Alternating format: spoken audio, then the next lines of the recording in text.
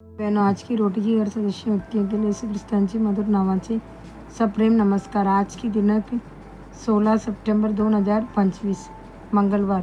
जेव्हा तू पाण्यातून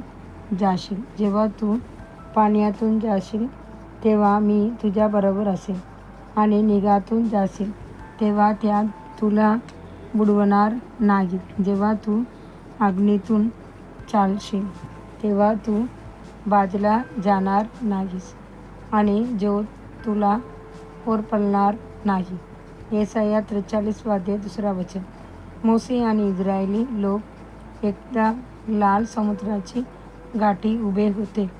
जवळजवळ 20 लाख इस्रायलींसाठी त्यांच्या पुढील पाण्यातून जाणे ही अशक्य वाटणारी गोष्ट होती।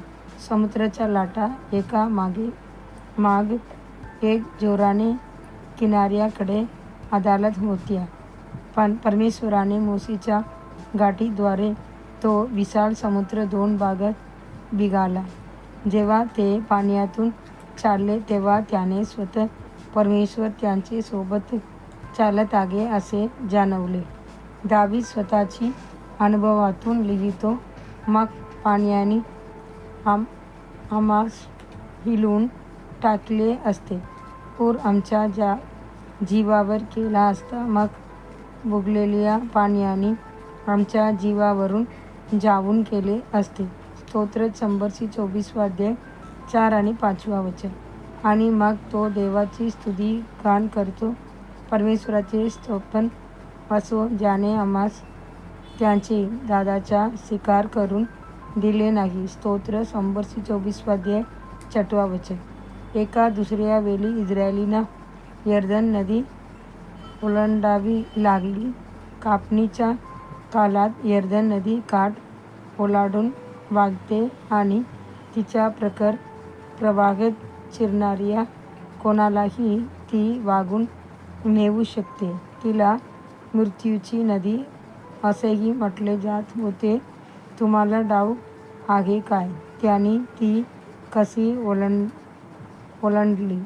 परमेश्वराच्या वचनाप्रमाणे कराराच्या भेटीला वागणारे याजक प्रथम पाण्यात शिरले। त्या क्षणीच नदीचे पाणी थांबले व मागे वळले।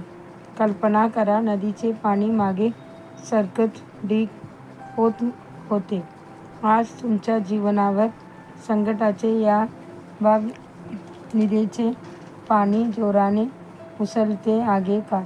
बायबल म्हणते, आणि परमेश्वर तुम्हाला क्लेशाची भाकर आणि दारिद्र्याचे पाणी देईल, तरी तुझे शिक्षक यापुढे एका कोपऱ्यात हकलविले जाणार नाहीत, तर तुझे डोळे तुझे शिक्षक पाहतील आणि तुझे कान तुझ्या मागून एक शब्द ऐकतील।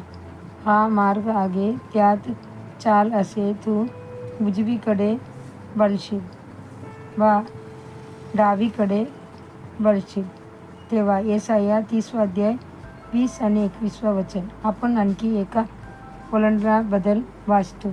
जेव्हा एलिया व एलिशा यांना नदी ओलांडावी लागली, एलियाने आपला अंगारखा बुडावून पाण्यावर मारला आणि यर्दन नदी 2 भागात विभागली।